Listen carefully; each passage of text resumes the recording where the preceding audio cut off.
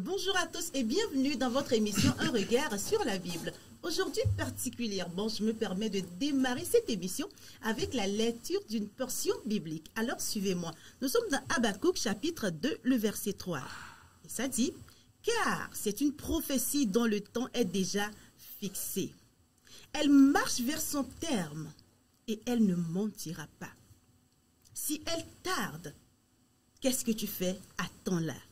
Car elle s'accomplira certainement. » Qu'est-ce qui traîne dans ta vie?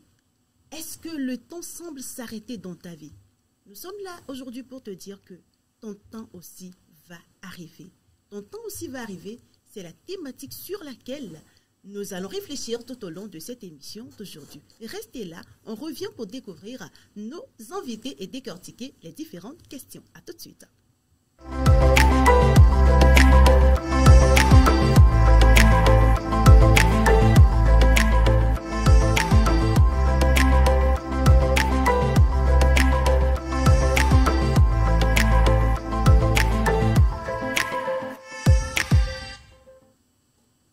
Vous savez très bien que c'est toujours un réel plaisir pour moi de savoir que vous nous suivez et que vous partagez nos différentes émissions sur les différents réseaux sociaux. Que le Seigneur vous bénisse. Alors aujourd'hui, on est là pour te dire que ton temps aussi va arriver. Et ce thème, bien sûr, je vais l'aborder avec le révérend Sacran Bénédiction. Pasteur Sacran, bonjour. Bonjour ma soeur, comment vous allez? Je vais très bien, et vous? Nous bénissons le Seigneur, tout pour la gloire de Dieu. Toujours, tout pour la gloire de Dieu, il n'y a rien à dire. Alors, comment se porte l'église d'Aradjikota dont vous êtes le titulaire? Justement, nous rendons grâce à Dieu pour sa présence effective dans cette église. Que le nom du Seigneur. La gloire. Toujours. À lui soit la gloire et tout pour la gloire de Dieu. Tout pour la gloire de Dieu. Merci beaucoup. Alors aujourd'hui, le pasteur Sacran est accompagné d'un jeune dynamique qui se nomme Elisée Otto. Elie, comment tu vas? Je vais très bien, Madame Flora. Et dans l'ensemble? Ça va très bien également. Alors, si on se tutoie de temps en temps, je pense que ça va pas te déranger. Oui, pas du tout. Voilà, super ça. Alors, je précise que, permettez que je le vous voie cette fois-ci. Alors, je précise que Elisée Otto est le promoteur du concept « Un jeune ne dort pas ». Comment se porte la jeunesse de l'autre côté? Très bien, Madame. Et la jeunesse d'Aradjikota, dont je suis le secrétaire, et se porte très bien. Et de façon plus globale, la jeunesse qui pilote le mouvement UJNDP également se porte très bien. Nous sommes en pleine activité et très prochainement, vous aurez encore de nos nouvelles sur vos plateaux. Ah oui, avec Un jeune ne dort pas, c'est le dynamisme, ça passe très rapidement. Alors, félicitations à vous. Merci pour beaucoup. Tout ce que vous faites pour la jeunesse. Merci. Et nous prions que les moyens viendront et vos projets seront réalisés. Amen, amen, amen. Voilà. Aujourd'hui, en compagnie de votre pasteur, je le précise. Alors, quand moi j'ai lancé l'invitation, c'est après je me suis rendu compte que c'est un membre du pasteur Sacran Bénédiction. Et j'ai dit, ah ok, ils viennent et puis on va faire cette émission. Et nous y voilà. Alors, nous parlons du temps. On dit à quelqu'un ce matin, ton temps aussi va arriver. Alors déjà, pasteur Sacran, que vous inspire ce thème? Ton temps aussi va arriver. Effectivement, quand j'ai reçu l'invitation, je dis, mais ton temps va aussi arriver. Et tout de suite, il y a une image qui m'a traversé en esprit. Je voyais un voyageur dans une gare ferroviaire qui attendait son train. Et je voyais un train qui a déjà passé. Et quelque part, il était distrait. Il était occupé par autre chose. Et le train est parti. Et quand le train est parti, cette personne a commencé par se lamenter. Elle s'est demandé, c'est fini. Et regardez, est-ce que c'est possible encore? Et j'entends voir un policier qui lui dit non, ton train aussi va arriver. Donc c'est pour dire que ton temps aussi va arriver. Même si les autres se sont mariés, sont partis. Si les autres ont déjà eu leurs enfants, ils ont déjà de bons emplois avec un bon salaire. Toi aussi, ton temps va arriver. Donc je me dis que ce thème inspire l'espoir pour les sans-espoir. Ce thème vient à point nommé de donner la vie à quelqu'un qui est dans l'agonie, qui pensait que c'est fini pour lui. Ce n'est pas encore fini. Dieu n'a pas encore dit son dernier mot. Ton temps va arriver. Merci beaucoup, pasteur. Et maintenant, à vous, mon cher frère Elisée Otto, qu'est-ce que le thème vous inspire? Flora, Oui. quoi de plus intéressant, de plus galvanisant Yeah. que d'entendre une voix qui te chuchote à l'oreille? Prends courage, ça va aller. Vous savez, quand vous réussissez même, vous entendez que les gens vous encouragent, vous poussent encore à aller de l'avant. Et puis, quand vous ne réussissez pas, quand ça tarde dans votre vie, quand vous entendez cette voix à l'oreille qui vous dit « votre temps arrive », ce n'est qu'une lueur d'espoir, madame. Ce n'est qu'une lueur d'espoir. Alors, je pense que cette émission démarre très bien parce que les réponses ont commencé par me donner de la fraîcheur. Et j'espère que ce serait de même aussi pour toi tout au long de ces quelques minutes que nous allons passer ensemble. Alors, Élie, je reste un peu encore avec vous. Dans la vie des chrétiens, je vous raconte quelque chose. Un jeune garçon était allé en studio pour enregistrer son album. Après le premier single, la difficulté, ou bien toutes les difficultés ont commencé et les autres chansons étaient restées pendant des mois, pendant des années. À un moment donné, l'arrangeur lui a dit, bah tiens, si c'était les païens qui étaient arrivés ici, ce serait déjà fait. Mais pourquoi vous, les chrétiens, dans votre vie, ça traîne toujours? Alors, ma question, pourquoi les choses traînent dans la vie du chrétien? Si nous faisons un peu un rapport avec ce que la personne l'a dit, ou bien cet arrangeur a dit, qu'est-ce que nous dirons nous autres aujourd'hui? Pourquoi ça traîne dans la vie du chrétien? Merci Flora pour la question qui est d'ailleurs pertinente. Et je vais me permettre, si le pasteur, je pense que le pasteur serait d'accord avec moi, que déjà à l'entame de cette émission, nous puissions faire comprendre à nos téléspectateurs c'est quoi un chrétien, la notion du christianisme aujourd'hui. Pour moi, être chrétien, c'est quelqu'un qui a confessé Jésus. Et qui dit confession de Jésus, dit que les principes ne sont plus celles de ce monde. Ceux de ce monde d'ailleurs, permettez-moi, que les références ne sont plus celles d'en bas, mais plutôt celles d'en haut. Vous ne marchez plus selon le rythme, la vue de ce monde, mais vous marchez selon les principes et les recommandations d'en haut. C'est ça un chrétien. Ceci dit, quand vous vous mettez d'accord avec Jésus, quand vous acceptez Jésus, vous vous mettez en posture d'ennemi du monde. Ceci dit, tout ce que le monde peut vous accorder comme faveur, tout ce que le monde peut vous accorder comme avantage, le monde vous le retient. Le monde hésite à vous l'accorder. Donc quand je viens au témoignage du frère, c'est normal quand ça bloque pour le chrétien. Pour moi, c'est normal quand ça traîne pour le chrétien. Parce que le chrétien a choisi de ne plus marcher selon les principes de ce monde. Et quand ça bloque, et quand ça traîne, je pense que le chrétien doit comprendre que c'est normal que ça bloque pour moi en tant que chrétien quand je suis encore dans ce monde-là. Oui, pasteur. Est-ce que vous êtes d'avis avec votre membre ou vous irez dans le sens contraire? Non, je ne vais pas dans le sens contraire. Et d'abord, cette question qui est posée, moi, je me dis que vous êtes allé très loin. Nous sommes dans une maison ici. Okay.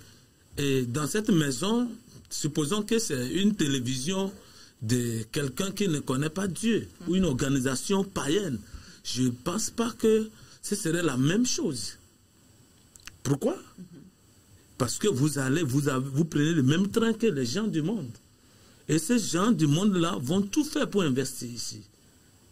Il y a des propositions, comme quelqu'un le disait au niveau de l'MTV, qu'on les a proposé des millions pour qu'on puisse passer les messages anti-bibliques, faire la publicité anti-biblique. Mais ils ont refusé. Mais ils préfèrent manger le pain sec et faire la volonté de Dieu. Je pense que c'est la même chose ici. Alors, donc, quand on est de Dieu, on est de côté de Dieu, il faut toujours marcher sur le rythme de Dieu. Bon, et ça dira quelque part qu'avec Dieu, ça traîne toujours? Non, ça dépend. Avec Dieu, ça ne traîne pas. C'est parce que nous ne sommes pas dans le carrosse de Dieu.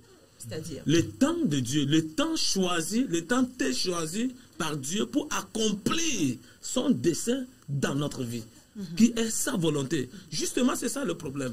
Et moi, je dis que Dieu n'est jamais en retard. Dieu ne vient jamais en retard. C'est parce que nous avons notre kairos. Notre temps pour accomplir quelque chose qui n'est pas celui du temps de Dieu. Et c'est le pourquoi il y a déphasage. Et nous sommes crispés. nous sommes découragés. On ne se met pas dans le pas du Seigneur. Mais si on se met dans le pas du Seigneur, on est dans le carrosse de Dieu, comme la Bible a dit, au temps marqué. Quand le temps fut accompli. Vous voyez? Donc il y a un temps pour toutes choses. Nous sommes tellement pressés. Il faut être dans le carrosse de Dieu. Quand vous êtes dans le carrosse de Dieu, le temps de Dieu, le temps de Dieu, vous avez la paix du cœur. Vous n'êtes pas agité. You cannot be in pieces. You have peace and not be in pieces. Vous aurez la paix et non de vous mettre en morceaux. Parce que vous êtes dans le temps de Dieu. Très important. Alors, très souvent, dans ces situations, quel est l'état d'âme du chrétien? Parce que le chrétien, peut-être, il prie, il a jeûné, il a fait des retraits de prière, mais ça ne va pas toujours. Quel est son état d'âme? Peut-être le chômage est là, le célibat s'accompagne, et tout le reste, les humiliations de part et d'autre. Comment est-ce qu'il se sent? Et justement, nous sommes dans un monde, on n'est pas encore au ciel, on est sur la terre. Et nous avons des choses que nous voulons réaliser. Selon notre programme, quand ça n'arrive pas, naturellement, on est frustré. On est découragé. Et heureusement, c'est là où Dieu est parfait.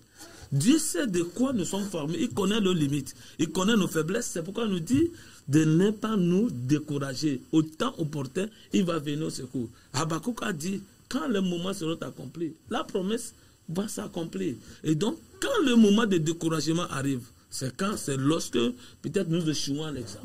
Pasteur, est-ce que Dieu peut envoyer la distraction pour vous permettre d'attendre son temps? Parce que dans la vision que vous aviez vue, c'est quelque chose comme ça qui s'est passé. Oui, justement, c'est ce que je dis. Mais parce qu'on sait que la distraction n'est pas bien, en fait. La distraction n'est pas bien, mais Dieu peut organiser cela pour que vous rentrez dans son schéma de salut, de victoire, de proclamation de sa gloire. Et je me rappelle, mon grand frère, ils ont fini le stage de responsabilité. Il y a un stage qu'on fait quand on finit la formation à l'école des infirmiers, ou à l'école des infirmiers, bien sûr, à l'ENA ici. Ils étaient à l'époque au nord. On les a envoyés au nord, partout. Et donc, le bus qui devait les prendre, arrivé à Lejo, lui, il était à Lejo. Il a fait son stage à Lejo. Ce n'était pas rempli, mais le chauffeur refusait de le prendre. Il dit non, que je ne le prends pas. Et ils ont quitté. Avant d'arriver à Sokodé, le bus a fait accident. 5 morts.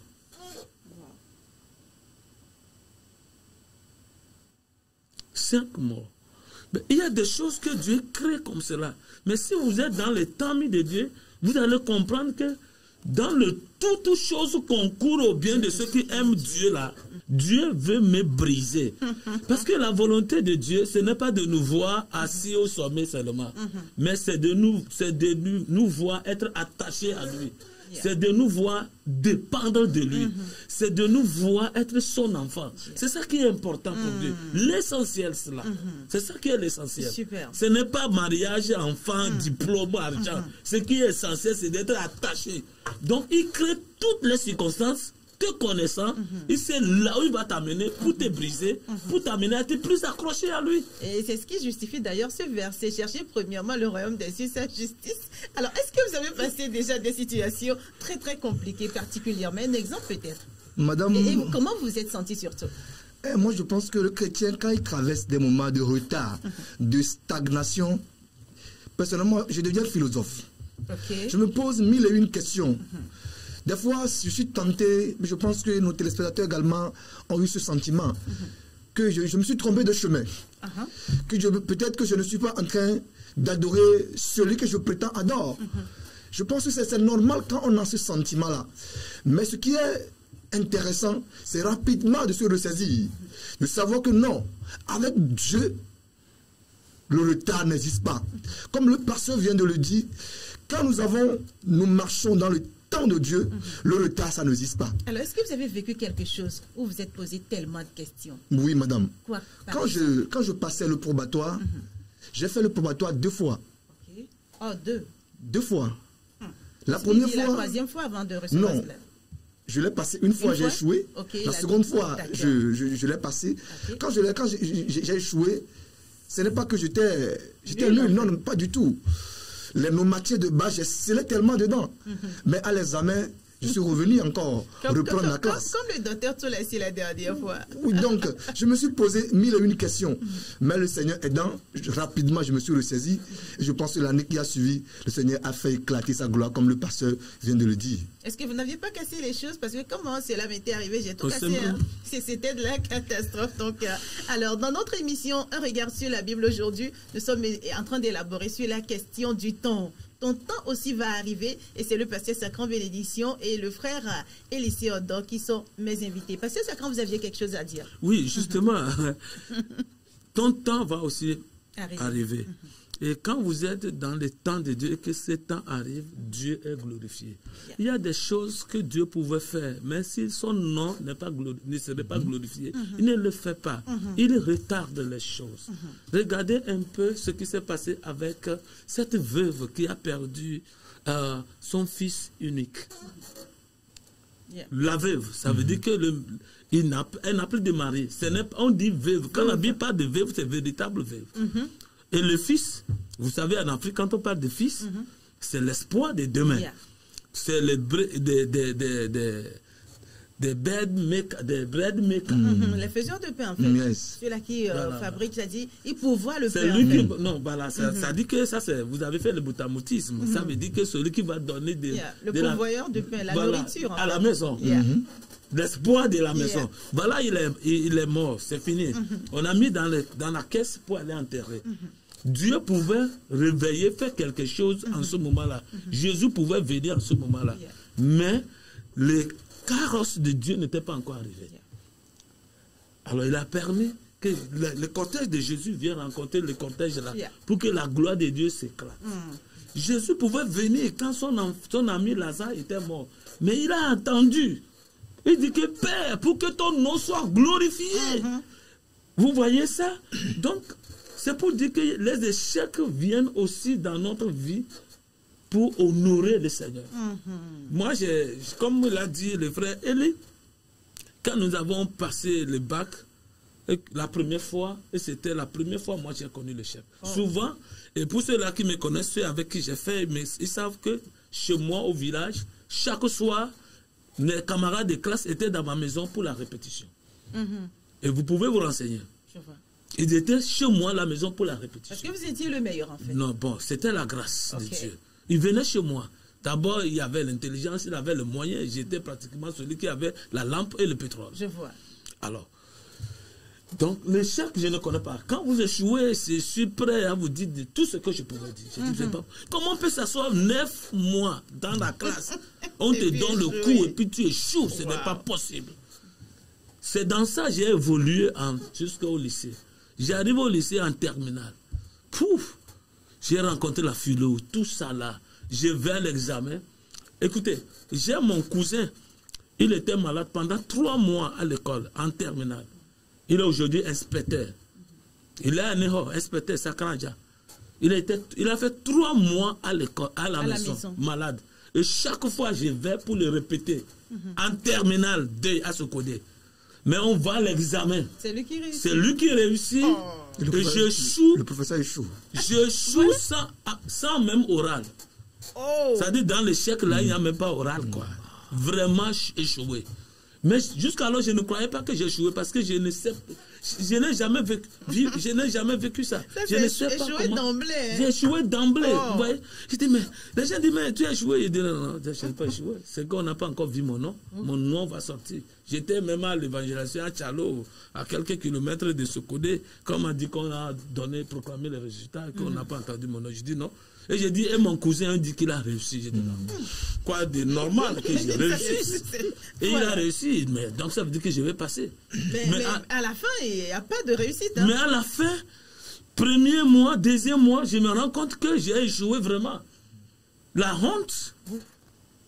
Et c'est ça qui m'a brisé. Voilà. Et ça fait qu'aujourd'hui, quand quelqu'un échoue, vous comprenez. Je comprends. Et si je n'avais pas échoué, je crois que je ne serais pas un bon pasteur aujourd'hui. C'est-à-dire que les échecs nous enseignent des choses. Beaucoup même, Flora.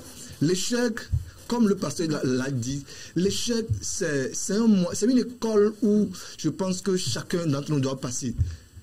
Ce que l'échec nous apprend, c'est énorme.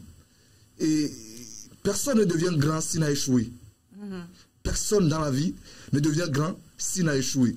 C'est à l'école de l'échec que vous apprenez l'humilité. C'est à l'école de l'échec que vous apprenez la patience. C'est à l'école de l'échec que vous apprenez à comprendre les gens. Que vous apprenez à avoir de la tolérance, j'allais dire. C'est à l'école de l'échec que vous apprenez tout ça. Et donc, pendant cette période d'attente-là, le bon chrétien doit commencer par apprendre, pasteur. Oui, comme il a dit, c'est une école, c'est une grande école où on apprend, n'est-ce pas, à prendre, à sculpter sa personnalité, son caractère, pour plaire au Seigneur. Ça veut dire l'humilité, la persistance. Continuer sans, n'est-ce pas, se décourager, sans se démotiver. Aller jusqu'au bout, comme quelqu'un le dit, être un jusqu'au boutiste. C'est ça. Mais quand il n'a pas ça, on ne peut pas réussir. On ne peut même pas comprendre la vie. C'est très important. C'est ça. Et donc, moi, je dis, ce temps-là, en réalité, ne doit pas être le convertir pour les pleurs. Ça ne doit pas être un temps de lamentation. Mais ça doit être un temps où on doit chercher la face de Dieu à comprendre. Qu'est-ce que Dieu veut m'enseigner pendant que les autres se marient, que je ne suis pas encore marié? Qu'est-ce qui me reste encore? Être attentif au Seigneur. Pourquoi je n'ai pas encore réussi? Être attentif au Seigneur. Parce qu'il y a quelque chose plus que la réussite qui est derrière, qui est caché à ce temps, n'est-ce pas, d'attente là, où vous espérez. Il y a quelque chose de merveilleux qui est caché. C'est très important. C'est pourquoi David n'est pas allé là-bas au trône en même temps, parce qu'il y a quelque chose plus que le trône. Israël pouvait, les Hébreux pouvaient arriver sur la terre promise pendant quelques mois. Mais il y a quelque chose qui est plus précieuse que d'aller sur la terre promise à ces temps-là. Donc c'est très important. C'est la chose, le trésor là qu'il faut chercher. Et cela, on le cherche dans la prière. Et dans la ténacité. C'est pas facile. La vie du chrétien, le voyageur chrétien sur terre, ce n'est pas le du tout pèlerin facile. chrétien, très important. Merci beaucoup, pasteur. Alors, mon cher frère Élie, alors dites-moi, Dieu a-t-il vraiment un temps réservé pour tout un chacun? Parce que parfois, on voit des chrétiens qui malheureusement meurent dans leur malheur. Ils n'ont jamais... Vous allez voir des gens que vous allez rencontrer sur la terre qui ne sont jamais réjouis, qui n'ont jamais eu ce qu'ils voudraient. C'est-à-dire, est-ce que là aussi on peut dire que Dieu a un temps réservé pour tout un chacun? Et Flora, pour répondre d'abord à cette question, je voudrais faire un crochet pour parler de ceci. Vous savez, des fois on se demande si quand on attend Dieu, est-ce que le résultat est toujours meilleur? Ou lorsque ça traîne, est-ce que le résultat est toujours meilleur? Des fois, vous attendez la mauvaise personne. Oui. Très souvent, nous attendons la mauvaise personne. Et c'est la raison pour laquelle, à la fin, nous sommes déçus. La Bible dit quoi? Maudit soit celui qui se confie à l'homme. Des fois, quand ça traîne, nous attendons. Mais nous n'attendons pas Dieu. Nos yeux sont fixés sur des hommes. Nos regards sont fixés sur des hommes. Et à la fin, nous sommes déçus. Mais tenez-vous très bien, quand vous attendez Dieu, la fin est toujours heureuse. Peu importe l'issue, la fin, elle est toujours heureuse. Donc, comme me diront, il y en a qui croupissent, qui meurent même dans la misère, qui meurent dans leur maladie. Oui, Lazare a connu le même sort. Mais à la fin, Lazare s'est reposé dans le sein d'Abraham. C'est une fin heureuse. Donc, à chaque fois quand vous attendez Dieu, la fin, elle est toujours heureuse. Maintenant, pour revenir à la question qui est de savoir, est-ce que Dieu a un temps fixé pour chacun d'entre nous? J'avais voulu sauter la question et revenir, mais très habile que tu es, voilà, allons-y. Merci. Qu'est-ce que la Bible nous dit dans Jérémie 29, le verset 11? Que je connais les projets que j'ai pour vous. Ceci dit, Dieu a pour chacun et chacune d'entre nous un plan. Et ce plan, la Bible dit que c'est un plan merveilleux. C'est un plan de bonheur, afin de vous donner de l'espérance et de l'avenir. Dieu a un plan, un timing pour chacun d'entre nous. C'est à nous de chercher le timing de Dieu, de rentrer là-dedans, pour pouvoir expérimenter la merveilleuse chose que Dieu a prévue pour chacun et chacune d'entre nous, madame. Pasteur Sacran, qu'en dites-vous? Oui, Ecclésiaste 3:1. Ok. Il y a un temps pour tout. Un temps pour toutes choses sous les cieux. Et si nous croyons que la parole de Dieu est inspirée, alors nous devons savoir que nous avons un temps. Dieu a un temps pour toutes choses dans notre vie. Même pour notre mariage, Dieu a un temps pour ça. Tout est écrit. Et c'est le plan de Dieu seul qui va s'accomplir. Alors si vous croyez que vous êtes enfant de Dieu, ne projetez pas des regards inquiets. Vous êtes déjà dans la main de Dieu pour que ce qui est meilleur soit votre portion. Très important. Mais pendant que le Seigneur dit, je connais les projets que j'ai formés pour vous, des projets de paix et non de malheur. Alors, à ma question là, est-ce que ceux-là qui meurent malheureux dans leur situation, sans peut-être une intervention, selon les hommes, sans une intervention divine, est-ce que là aussi, on va parler du temps de Dieu, pasteur? Oui, justement, c'est parce que nous regardons la manière des hommes, comme il a si bien dit, c'est quoi la fin? Nous, les chrétiens, nous ne mourrons pas, nous dormons. C'est très important. La Bible me dit dans Thessaloniciens que le chrétien, le juste, il dort. Il n'est pas mort. C'est parce que nous voyons à la manière des hommes, c'est vrai. J'ai 7 doctorats, je dois être quelque part ici, faire ça. Nous calculons la manière des hommes. Dieu ne va pas comme ça. Dieu ne calcule pas comme cela.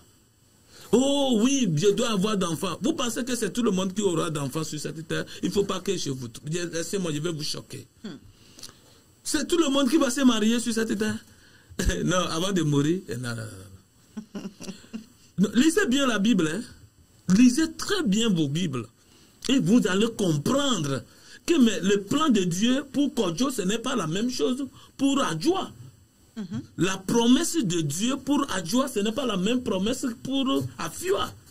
Donc c'est très important. Souvent, nous pensons que Dieu là, c'est quelqu'un qui produit des articles dans une usine pour les mêmes personnes. C'est-à-dire que le même article pour les gens, ils distribuent. Non. À chaque personne, Dieu a une machine qui fabrique sa grâce, sa bénédiction. Ces pièces détachées. Et ces pièces détachées. Donc il ne faut pas confondre les choses. Alors, et ceux-là qui meurent, qui vous ont dit qu'ils ont mal terminé, ils n'ont pas mal terminé. Non. Même dans la souffrance? Oui. C'est quoi vous appelez la souffrance? C'est ça le problème. Vous voyez, le concept de souffrance là, il faut encore chercher. Regardez Jean-Baptiste, comment il est mort. Comment Jean-Baptiste est mort? Comment Jésus lui-même il est mort? Comment les disciples sont morts? Comment? Mais Dieu était où? Mais comment Dieu voit ça? Mais c'est ça le problème. Vous pensez que vous souffrez? Non. Dieu, ce n'est pas ça qui est le problème de Dieu. Ce qui est le problème, c'est ton âme. C'est ta relation avec lui. C'est pourquoi il dit de ne pas avoir peur de ceux-là qui tuent l'âme. Et de qui tue le corps. La chair, le corps. Mais d'avoir peur de ceux-là qui tuent l'âme. Mais qui ne peut pas tuer l'âme. Okay. De ne pas avoir peur. Vous comprenez ça? Le soma là, c'est la poussière, ça va retourner la poussière. C'est le soma qui souffre. En réalité, si nous trouvons notre paix, nous trouvons notre place en Dieu, on ne va pas s'agiter. Ne vous inquiétez de rien. Parce que c'est l'inquiétude qui nous fait souffrir. Ok. Ne vous inquiétez de rien, mais en toute chose, faites connaître votre besoin à Dieu. Ah, si je fais connaître mon besoin à Dieu, pourquoi je vais m'agiter? Qu'est-ce que vous appelez souffrance? Alors, écoutez, des fois, c'est nous-mêmes qui créons notre propre souffrance. Ah oui. Et comment on la crée, pasteur? Je suis en train de continuer comme cela. Vous gagnez 1000 francs par mois et vous amenez votre enfant dans une école de 3000 par mois, par an. Comment vous pouvez vous en sortir? Vous avez un salaire, c'est un salaire de 1000 francs. Vous allez louer une villa de 25 000 par mois. Comment vous pouvez vous en sortir? Vous allez souffrir. C'est pourquoi il dit que c'est nous-mêmes, notre propre convoitise. Vous ne pouvez pas entretenir une moto. Vous courez parce que vos collègues ont des voitures. Vous passez par des raccourcis pour avoir des voitures. Voilà, la voiture est dans le garage. Tu ne peux même pas acheter le pneu. Et tu dis que tu souffres. Non, c'est toi-même qui as provoqué la pluie. Donc attends-toi, tu seras mouillé. Attends-toi, oui. Je voudrais rebondir sur ce que le pasteur vient de dire. Et en nuançant ma position tout à l'heure, quand je disais que quand on attend Dieu, ce n'est pas forcément... Qu'est-ce que je voudrais dire? Vous savez, j'apprécie ce que les théologiens ont l'habitude de dire. Je ne suis pas théologien, j'ai le pasteur devant moi. Ouais. Et ils disent que la pression de Dieu n'est pas causative. Que ce n'est pas parce que Dieu a un plan pour toi que les choses vont forcément arriver exactement comme il a dessiné. Vous avez la capacité, vous avez le pouvoir d'influer aussi sur le cours des choses. Si Dieu vous a destiné à la grandeur et que vous ne vivez pas selon les recommandations de Dieu, la grandeur, vous ne l'aurez jamais. Donc, bien que Dieu a un plan, un dessein merveilleux pour chacun et chacune d'entre nous, nous avons notre part de responsabilité à jouer là-dedans. Parce que le pasteur disait tout à l'heure en parlant de la bonne gestion. Si Dieu vous a destiné à la grandeur, mais vous ne gérez pas correctement vos finances, vous aurez des difficultés financières. Ce n'est pas Dieu la cause, c'est vous-même. Donc l'homme, le chrétien, a aussi sa part de responsabilité dans l'accomplissement des promesses de Dieu dans sa vie. Merci. Merci. Voilà, donc je continue ça. J'ai parlé de la cause qui vient de nous, la source qui vient de nous. Deuxième source, ça peut être aussi les esprits. Oui, les messages qui vont chercher juste pour te décourager. Satan pouvait aller voir, Monsieur Satan. Pouvait aller voir Dieu pour dire, mais écoutez, ton enfant là permet que je puisse le toucher. Et tu vas voir s'il ne va pas te renier.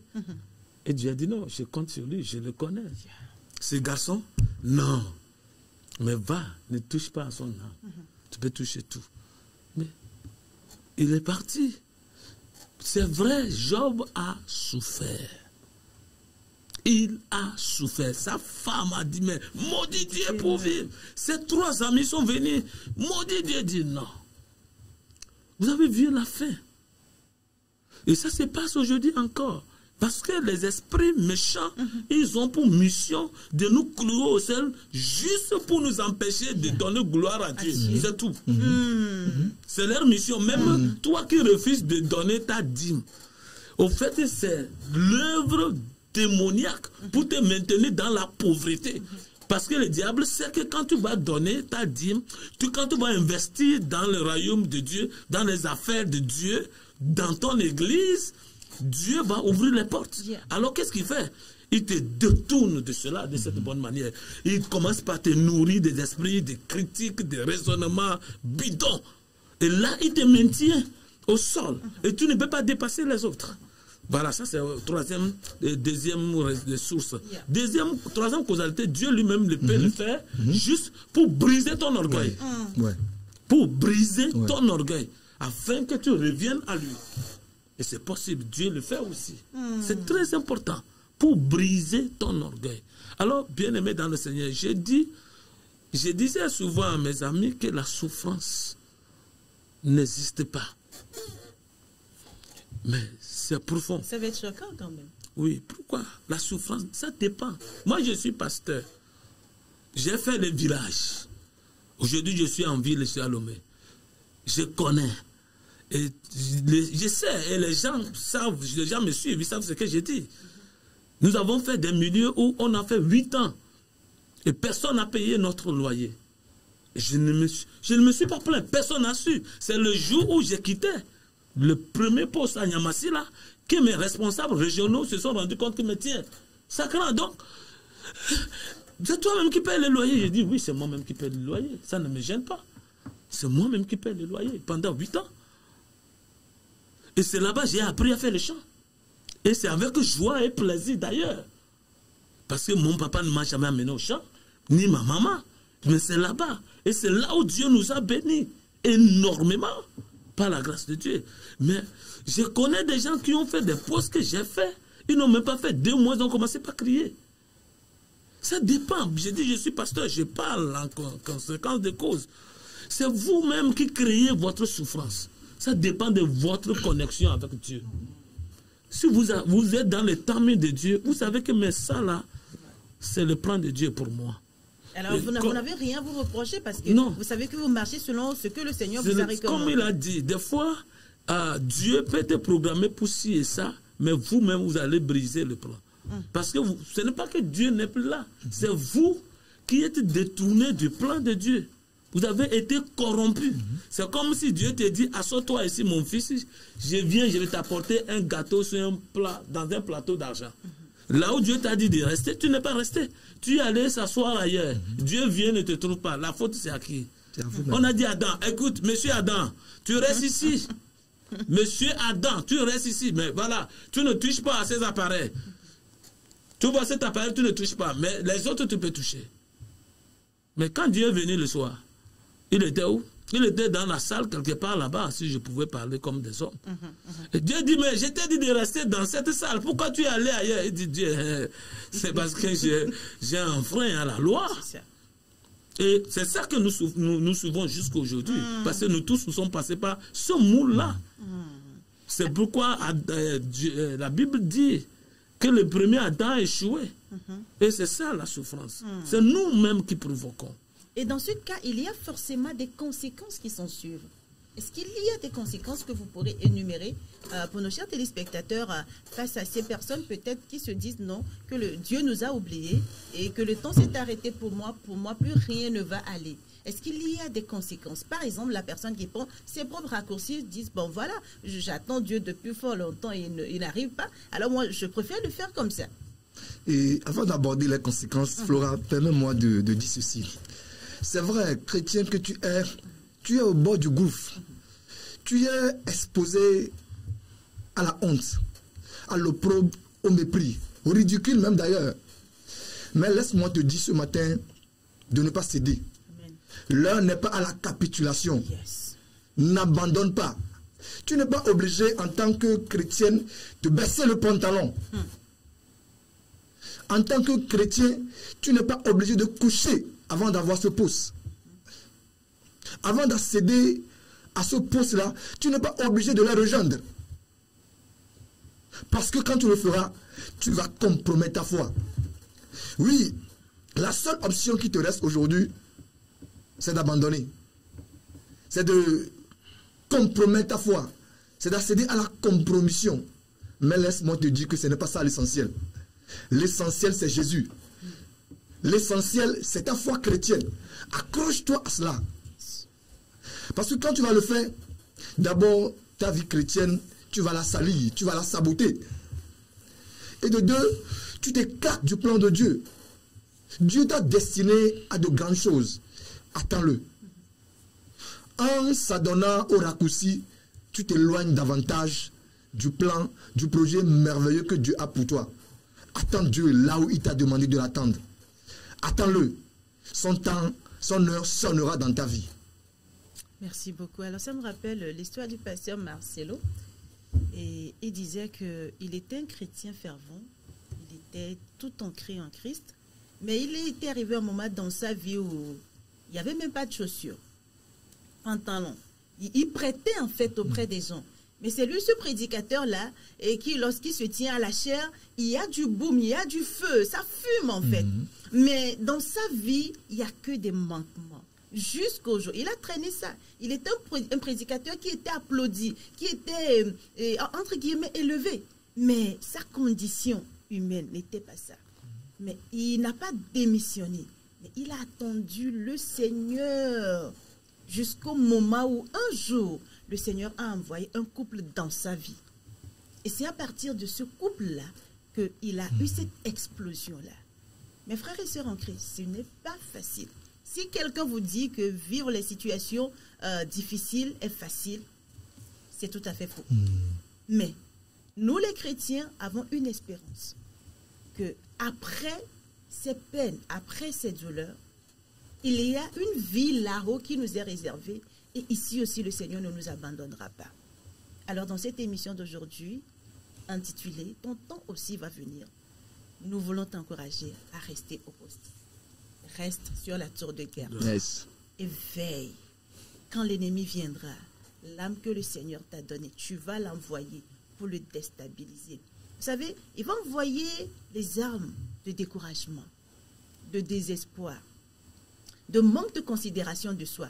Tu vas te mépriser, te dire, mais moi je ne suis absolument rien. Moi, on a commencé ensemble avec les gens, mais les voilà aujourd'hui, ils sont devant. Ils ont leur voiture, ils ont leur maison, ils ont leurs enfants, ils ont leur tout, enfin, ils ont tout ce qu'ils voudraient. Mais moi, je n'ai absolument rien. Qui t'a dit que tu n'as rien? Tu as quelque chose. Et justement, en attendant le temps de Dieu, justement, à être patient, en étant patient, en s'accrochant aux promesses du Seigneur, il ne ment pas en fait. Il est fidèle. Fidèle est son nom. Alors si tu l'attends, tu ne seras pas déçu. Mon frère Élie, quel conseil pourriez-vous donner à ceux-là qui nous suivent maintenant, qui passent par le désert de la vie? Ça fait, je ne sais pas, 3 ans, 5 ans, 10 ans, 20 ans qu'ils attendent quelque chose et que ça ne vient pas toujours. Là, peut-être à l'heure où nous sommes en train de parler, ils nous suivent, ils veulent poser le pas et rétrograder. Qu'est-ce que vous avez à leur dire et quelle attitude, en fait, ils doivent adopter, je veux dire? Merci Flora pour la question. Je pense que nous sommes en train de conclure comme ça. Yeah. Et attitude à adopter quand ça traîne, quand le retard devient votre panacée, quand vous n'avez que des manquements dans votre vie, quand le temps de Dieu, selon vous, tarde encore dans votre vie. Je vais vous demander de vous référer à l'histoire de Bartimée. Bartimée, c'est un aveugle né de naissance qui sûrement a essayé tous les hôpitaux de son époque. Il a fait recours à la thérapeute également, mais sans succès. Mais Bartimée a entendu parler de Jésus. Mais lorsque Bartimée a entendu parler de Jésus, Bartimée a fait 2 choses. Lorsque Bartimée attendait Jésus, Bartimée se préparait. Donc quand ça tarde dans votre vie, adonnez-vous à la préparation. Chrétien, chrétienne, quand le temps de Dieu tarde dans ta vie, prépare-toi. La préparation va demander à ce que vous développiez des compétences. La préparation va vous demander d'avoir sous la main ce que vous direz lorsque vous serez introduit chez Pharaon. C'est ça la préparation. Dans le temps du désert, armez-vous de patience. Dans le temps du désert, armez-vous d'une forte personnalité. Vous en aurez besoin au sommet. C'est la raison pour laquelle Dieu vous fait passer par le désert. Ne gaspillez pas votre temps de désert dans la plainte, dans les murmures. Mais préparez-vous. C'est la première chose que Bartimée a fait. C'est pourquoi quand Jésus l'a appelé, que veux-tu que je te fasse? Bartimée n'a pas tâtonné. Bartimée est allé droit au but. Dans le temps de désert, préparez-vous. Ayez sous la main ce que vous direz chez le Pharaon. Deuxième chose que Bartimée a fait, Bartimée a posé un acte de foi. Lorsqu'on a demandé aux apôtres, appelez-le, on lui a dit, monsieur, le maître t'appelle. Sans garantie, Bartimée a jeté son manteau. Vous savez, le manteau de l'aveugle, c'est son tout. C'est dans ça qu'il avait le pain qu'on lui donnait. L'argent qu'on lui donnait sur la route, c'est dans ça que Bartimée le mettait. Mais sans aucune garantie, ne sachant pas qu'en allant vers Jésus, il aura son miracle ou pas, Bartimée a jeté le manteau en disant que aujourd'hui, j'aurai mon miracle. Yes. Lorsque vous passez par le désert, posez des actes de foi. Posez des actes de foi lorsque vous passez par le désert. Voilà mes conseils pour nos téléspectateurs, nos téléspectatrices ce matin. Tellement j'ai envie compris, pasteur Sacran, mais d'abord vos conseils à nos chers téléspectateurs. Oui, voici encore le bon moment, bien-aimé dans le Seigneur. Vous nous avez suivis avec beaucoup d'attention, mais vous savez, chaque chrétien a son désert. Quoi qu'on dise, comme je l'ai souvent souligné, nous sommes faits de sang et de chair. La souffrance, on va le sentir, mais on pouvait les surmonter au nom de Jésus. C'est très important. Les déserts, chacun aura ces moments de vaches maigres et de vaches grasses. Et si tu n'as pas encore passer des moments, des saisons de vaches maigres. Attends-toi à cela. Et chacun passera. C'est une école inévitable pour chaque personne. Parce que ça fait partie des ingrédients que Dieu utilise pour former ceux-là qu'il a appelés d'avance. C'est très important. Vous avez vu Joseph. Il a passé son école de désert. Et quand vous passez votre école de désert, dites-vous que vous n'êtes plus loin de la porte de la grandeur, de la joie. C'est vrai, vous pouvez mourir, mais pour vous, la porte de la grandeur, c'est au paradis.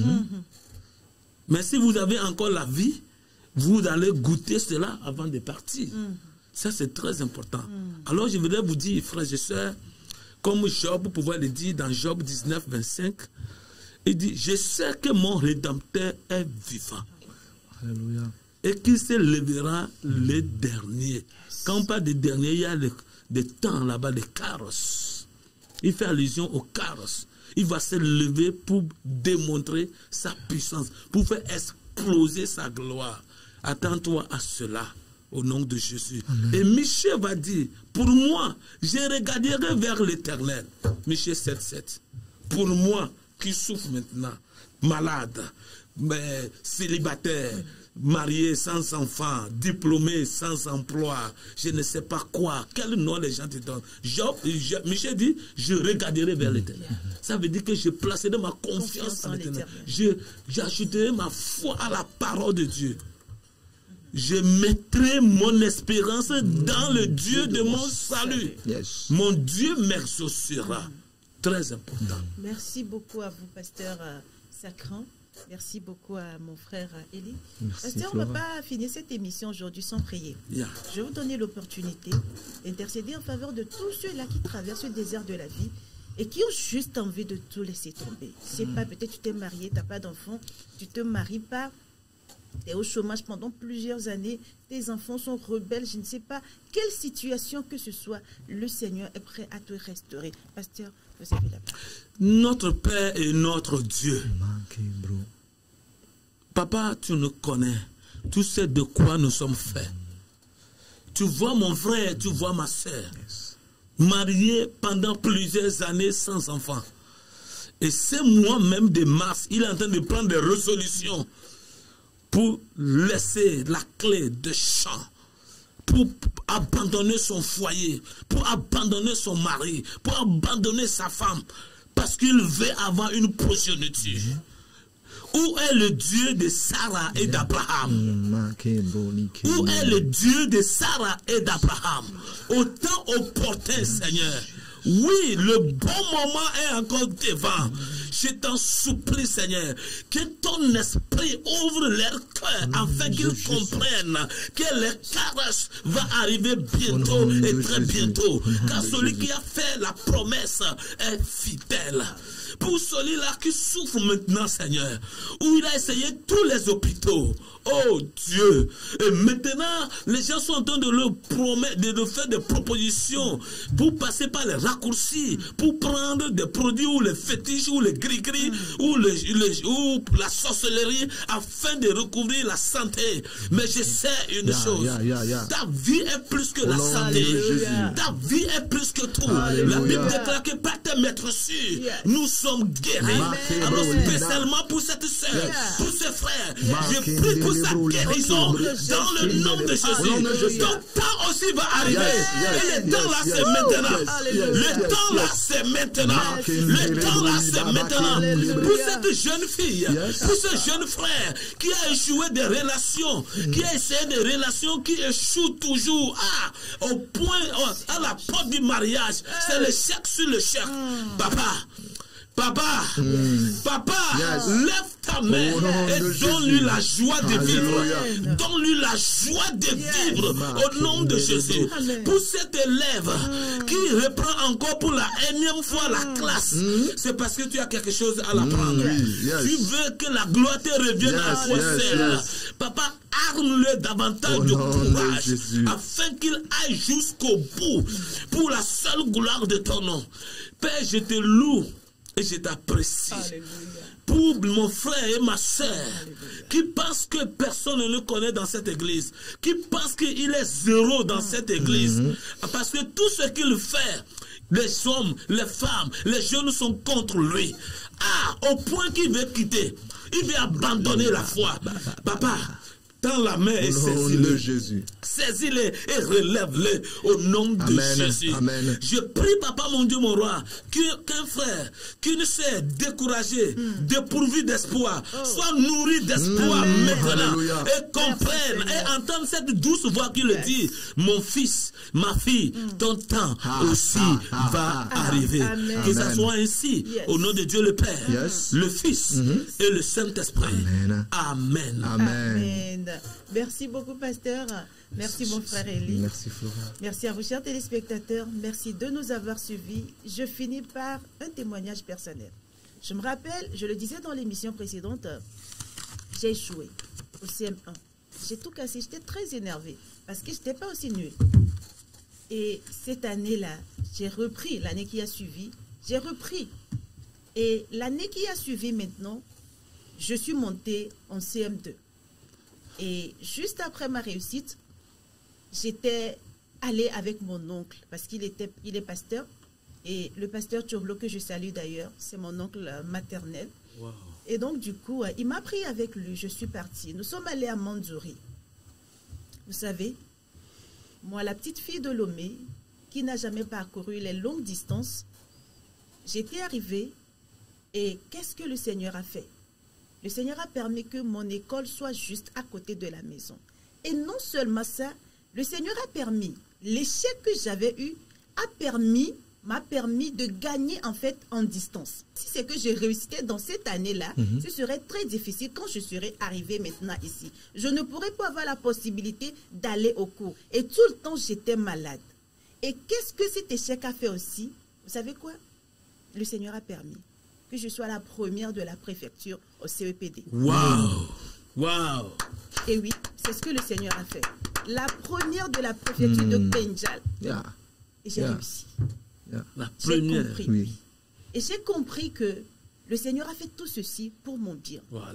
pour honorer son nom. Si c'est que je n'avais pas échoué, j'allais venir là-bas, je ne pourrais pas aussi continuer parce que la distance serait trop longue pour moi. Je ne pourrais pas, mais le Seigneur a retardé en fait ma réussite pour me permettre aujourd'hui d'honorer son nom, d'être la première de la préfecture. C'était, je pense, dans l'année 98. Oui. Donc c'était ça. Peut-être pour la première fois, tu as été première de la dans une préfecture. Oui, hein? pour la première fois. Donc, le plan du Seigneur pour chaque personne s'accomplira. Attends-le, même si c'est difficile, le Seigneur te surprendra avec des belles choses, des choses que tu n'as jamais imaginées. Ton voyage, cette fois-ci, a encore échoué. Ton mariage a encore échoué. Tu as encore fait la fausse couche. Mais je veux te dire que le Dieu des temps anciens, il n'a jamais changé. Il va faire éclater sa gloire. Et tu verras, le monde acclamera. Le Dieu qu'ils ont méprisé. Que le Seigneur te bénisse. On a tellement de choses à dire, mais on s'arrête ici. À la prochaine. Merci.